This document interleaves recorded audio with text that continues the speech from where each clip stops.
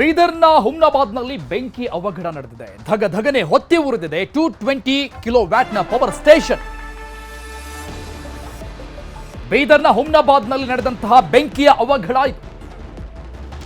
220 ಕಿಲೋವ್ಯಾಟ್ನ power station ಹೊತ್ತಿ ಉರಿದಿದೆ.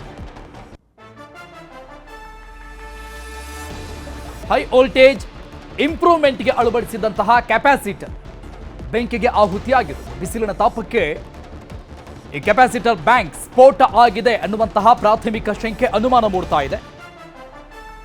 Capacitor bank ಸ್ಫೋಟಗೊಂಡಂತಹ ಪರಿಣಾಮ ದೊಡ್ಡ ಮಟ್ಟದಲ್ಲಿ ಬೆಂಕಿ ದೃಶ್ಯದಲ್ಲಿ ನೋಡ್ತಾ ಇದ್ದೀವಿ ನಾವು. ಪವರ್ ಸ್ಟೇಷನ್ ನಲ್ಲಿ ಎಷ್ಟರ ಮಟ್ಟಿಗೆ ಬೆಂಕಿ ಧಗಧಗ ಹೊತ್ತಿ ಉರಿತಾ ಇದೆ ಅಂತ. ಬೀದರ್ನಲ್ಲಿ ಸಹಜವಾಗಿ ಇಲ್ಲಿರೋದಕ್ಕಿಂತ ಹೆಚ್ಚಿನ ತಾಪಮಾನ ಇರುತ್ತೆ.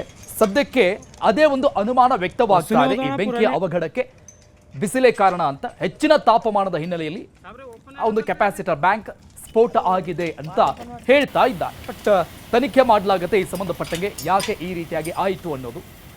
ಮತ್ತೊಂದು ಕಡೆ ರೆಸ್ಕ್ಯೂ ಆಪರೇಷನ್ ಕೂಡ ಆಗ್ತಾ ಇದೆ, ಕಾರ್ಯಾಚರಣೆ. 220 ಕಿಲೋವ್ಯಾಟ್ನ ಪವರ್ ಸ್ಟೇಷನ್ ಇದು. ಏಕಾಏಕಿ ಬೆಂಕಿಗೆ ಆಹುತಿಯಾಗಿರುವುದು. ಲಕ್ಷಾಂತರ ಮೌಲ್ಯದ ಉಪಕರಣಗಳು ಸುಟ್ಟು ಕರಕಲಾಗಿದೆ. ದಟ್ಟ ಹೊಗೆ ಕೂಡ ನೋಡ್ತಾ ಇದ್ದೀವಿ. ಒಂದು ರೀತಿಯ ಆತಂಕದ ವಾತಾವರಣ ಒಂದಿಷ್ಟು ಕಾಲ ಇತ್ತು. ಸದ್ಯಕ್ಕೆ ಎಲ್ಲವನ್ನ ಹತೋಟಿಗೆ ತೆಗೆದುಕೊಂಡು ಬರಲಾಗಿದೆ. ಎರಡು ದೃಶ್ಯಗಳನ್ನ ಸ್ಕ್ರೀನ್ ಮೇಲೆ ಗಮನಿಸ್ತಾ ಇದ್ದೀರಿ. ಒಂದು ಬೆಂಕಿ ಬಿದ್ದಂತಹ ಸಂದರ್ಭದಲ್ಲಿ ಹೊತ್ತಿ ಉರಿತಾ ಇರುವಂತಹ ದೃಶ್ಯ, ಮತ್ತೊಂದು ಕಡೆ ರೆಸ್ಕ್ಯೂ ಆದ ನಂತರದಲ್ಲಿ ಸದ್ಯಕ್ಕೆ ಹೇಗಿದೆ ಆ ಸ್ಥಳದಲ್ಲಿ ಅಂತ. ಬಿಸಿಲಿನ ತಾಪ ಹೆಚ್ಚಾಗಿ ಅದು ಬ್ಲಾಸ್ಟ್ ಆಗಿದೆ ಅಂತ ಹೇಳ್ತಾ ಇದ್ದಾರೆ ಆರಂಭಿಕ ಹಂತದಲ್ಲಿ. ಅಂದ್ರೆ ಸದ್ಯಕ್ಕೆ ಮುಂದೆ ಗೊತ್ತಾಗುತ್ತೆ ಈ ಬಗ್ಗೆ ತನಿಖೆಯನ್ನ ನಡೆಸಿದ ನಂತರದಲ್ಲಿ.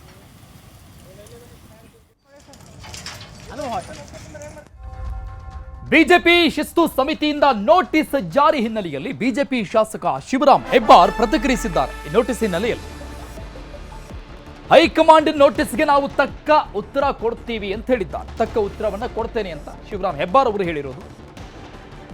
ನಾವು ಮಾತಾಡಲ್ಲ, ಅದಕ್ಕೆ ನಮಗೆ ನೋಟಿಸ್ ಕೊಡ್ತಾರೆ. ಯಾರು ಜಾಸ್ತಿ ಮಾತಾಡ್ತಾರೆ ಅವರಿಗೆ ನೋಟಿಸ್ ಕೊಡಲ್ಲ ಅಂತ ಕಿಡಿಕಾರಿದ್ದಾರೆ ಹೈಕಮಾಂಡ್ ವಿರುದ್ಧ.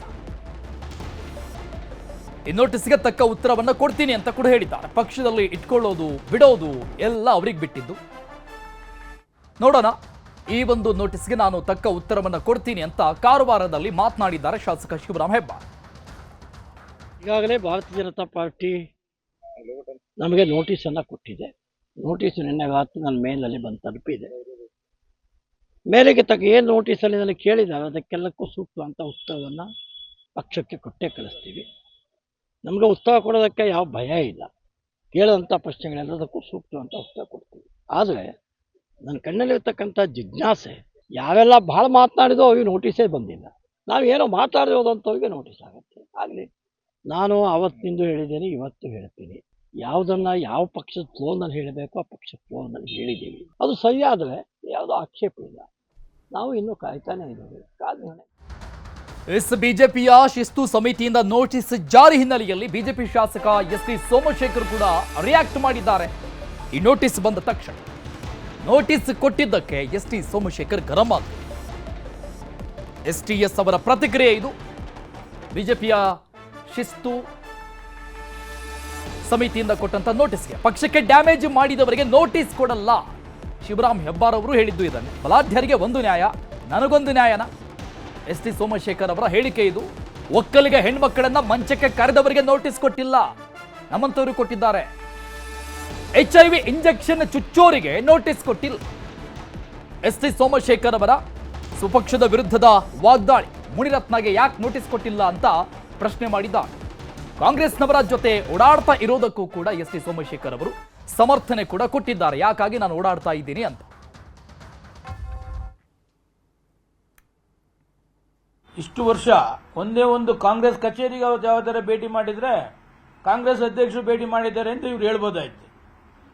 ಪಕ್ಷಕ್ಕೆ ಡ್ಯಾಮೇಜ್ ಮಾಡಿದಂತ ಅವರಿಗೆ ನೋಟಿಸ್ ಕೊಡಲ್ಲ ಇವರು. ವಿರೋಧ ಪಕ್ಷ ನಾಯಕನಿಗೆ AIDS ಇಂಜೆಕ್ಷನ್ ಚುಚ್ಚತಕ್ಕಂಥದ್ದು ಯಾರು ಲೇಡಿ ಹೇಳಿದರೆ ಅದು ಕೊಡೋದಿಲ್ಲ. 28 ಕ್ಷೇತ್ರದಲ್ಲಿ 120 ಕೋಟಿ ಕೆಲಸ ಮಾಡದೆ ಬಿಲ್ ಮಾಡಿದ್ದಾರೆ ಅಂತೇಳಿ ಲೋಕಾಯುಕ್ತ ತನಿಖೆ ಆದೇಶ ಮಾಡಿದ್ದಾರೆ. ಅವರಿಗೆ ನೋಟಿಸ್ ಕೊಡೋದಿಲ್ಲ. ಒಕ್ಕಲಿಗ ಹೆಣ್ಣು ಮಕ್ಕಳನ್ನ ಮಂಚಕ್ಕೆ ಹೋಗ್ತಾರೆ ಅಂತದರಿಗೆ ಬಿಜೆಪಿ ನೋಟಿಸ್ ಕೊಡ್ತಾ ಇಲ್ಲ.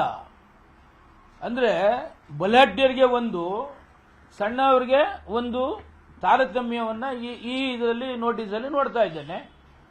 ಅವರು ಅದೇ ತರ ತಾರತಮ್ಯ ಅಂತ ಕೊಟ್ರೆ ಅದಕ್ಕೆ ದೇವರು ನನಗೂ ಶಕ್ತಿ ಕೊಟ್ಟಿದ್ದಾನೆ, ಎದುರಿಸ್ತಕ್ಕಂಥ ಶಕ್ತಿ ನನಗೂ ಕೊಟ್ಟಿದ್ದಾನೆ. ಲೀಗಲ್ ಆಗಿ ಏನು ಫೈಟ್ ಮಾಡಬೇಕು ಮಾಡ್ತೇನೆ. ಇಷ್ಟು ವರ್ಷ. ಇನ್ನು ಮತ್ತೊಂದು ಕಡೆ ಕಟ್ಟಾ ಸುಬ್ರಹ್ಮಣ್ಯ ನಾಯ್ಡುಗೆ ಹೈಕಮಾಂಡ್ ನೋಟಿಸ್ ಕೊಟ್ಟಿದೆ. ಮಾಜಿ ಶಾಸಕ ಕಟ್ಟಾ ಸುಬ್ರಹ್ಮಣ್ಯ ನಾಯ್ಡು ಕೂಡ ರಿಯಾಕ್ಟ್ ಮಾಡಿದ್ದಾರೆ ಹೈಕಮಾಂಡ್ ನೋಟಿಸ್ಗೆ. ಹೈಕಮಾಂಡ್ ನೋಟಿಸ್ ಕೊಟ್ಟಿದ್ದು ಒಳ್ಳೆಯದ್ದೇ ಆಯಿತು ಅಂತ ಹೇಳಿದ್ದಾರೆ ಕಟ್ಟಾ ಸುಬ್ರಹ್ಮಣ್ಯ ನಾಯ್ಡು. ಅಂದ್ರೆ ಕಾಯ್ತಾ ಇದ್ರು ಅಂತ ಇದರ ಅರ್ಥ.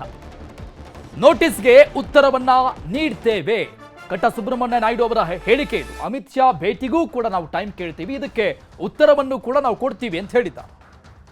ಈಗ ನೋಟಿಸ್ ಕೊಟ್ಟಿದ್ದಾರೆ, ಒಳ್ಳೇದು. ನಾವು ಪರ್ಸನಲ್ ಆಗಿ ನಮಗೆ ಅಪಾಯಿಂಟ್ಮೆಂಟ್ ತಗೊಂತೀವಿ, ಅಮಿತ್ ಶಾ ಹತ್ರ ರಿಕ್ವೆಸ್ಟ್ ಮಾಡ್ಕೊಂತೀವಿ. ನಾವು ರೇಣುಕಾಚಾರ್ಯ ಇನ್ನೊಂದು 4-5 ಜನ ನಾವು ಹೋಗ್ತೀವಿ, ರಿಕ್ವೆಸ್ಟ್ ಮಾಡ್ಕೊಂತೀವಿ. ಅವ್ರು ಮಾಡಿದ್ದು ಒಳ್ಳೇದಾಯ್ತು. ನಾವು ವಿವರ ಕೊಡಕ್ಕೆ ನಮಗೊಂದು ಸದಾವಕಾಶ ಕಲ್ಪಿಸಿಕೊಟ್ಟಿದ್ದಾರೆ. ನಾವು ನಮ್ಮ ವಿಚಾರಗಳನ್ನ ಎಲ್ಲ ಅವರ ಮುಂದೆ ಇಡ್ತೀವಿ.